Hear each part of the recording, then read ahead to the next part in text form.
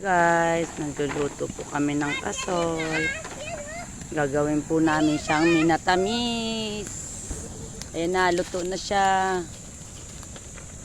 Yan na po guys, luto na. Oh my God! Ayan na, isasali na namin sa lupa para mawala yung apoy niya.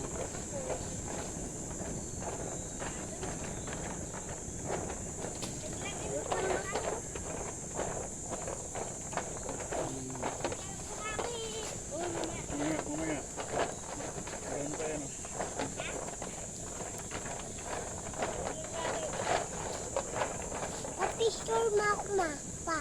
Ano niluluto mo? Kahoy. Ngek! Kahoy, baka kasoy.